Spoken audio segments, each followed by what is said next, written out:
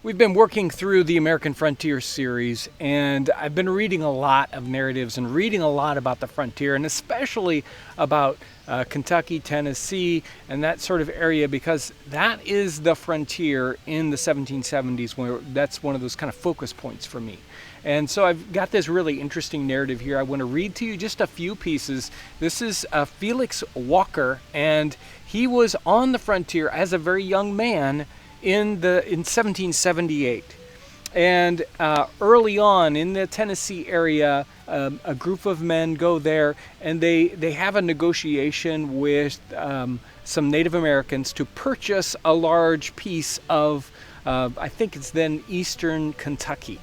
So their purchase, their kind of treaty goes through, it happens, and then they want to go out to this land to take a look at it. And they actually connect up with Daniel Boone and some other men to go into this area. So he writes, "Our company, when united, amounted to 30 persons. We then, by general council, put ourselves under the management and control of Colonel Boone, who was to be our pilot and conductor through the wilderness to the promised land." You definitely didn't want to just go into this area without any kind of guide whatsoever, so they go with experienced men. About the 10th of March, we put off from Long Island, marked our track with our hatchets across the Clinch and the Powell rivers, over the Cumberland Mountain and across the Cumberland River, and came to the watercourse called Rockcastle River. We killed a fine bear on our way, camped all night, and had an excellent supper. They finally go through some very, very difficult areas that they have to kind of chop their way through, deadwood and all sorts of cane swamps, but they finally get to the really good part. He says, "A new sky and a strange earth seemed to present to our view, so rich a soil that we'd never seen before, covered with clover in full bloom. The woods were abounding with wild game, turkeys so numerous that it might be said they appeared as one flock universally scattered through the woods." But, he talks about this beautiful land for quite a while, but then they have trouble. A sad reverse overtook us 2 days after on our way to the Kentucky River.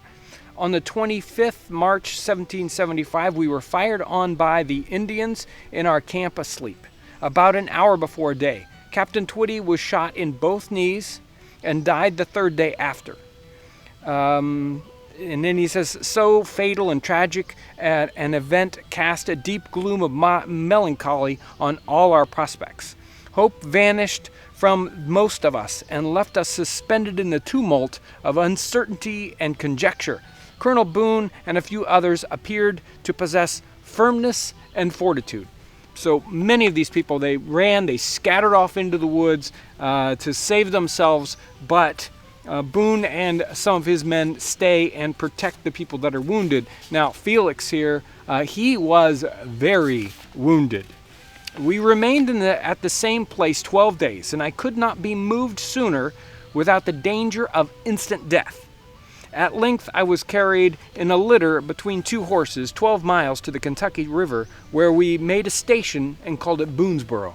So you can imagine all these men, they wanted to move on to safer territory, but Boone and his men stay behind with the wounded, and in that same spot for 12 days, undoubtedly worried the entire time that they were going to be overrun or taken captive, whatever, in this situation, but they stay behind and deliver these people.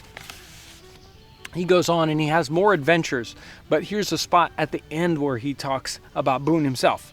It's the, "But let me with feeling recollection and lasting gratitude even remember the remitting unkindness, or the unremitting kindness, sympathy, and attention paid to me by Colonel Boone in my distress.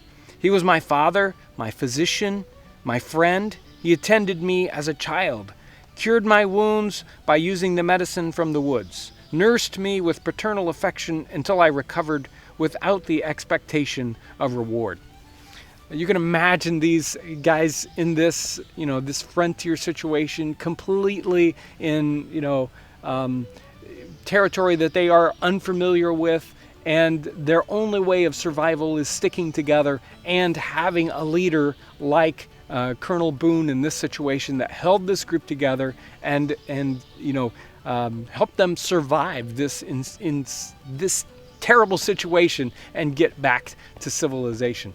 Reading some of these accounts, it is, makes my skin prickle. It makes me want to get out into the woods. It makes me want to build things. It makes me want to have some of these same kind of adventures. Really, if you get a chance to read some of these narratives, I think you'll really enjoy them. I want to thank you for coming along today as we continue to delve into the American frontier, as we read about some of these things and we do some of these things so that we can kind of get a feeling about what it was like in the late 18th century, early 19th century, what this frontier situation was like and what it was really like to live back then. Thanks so much for joining us today.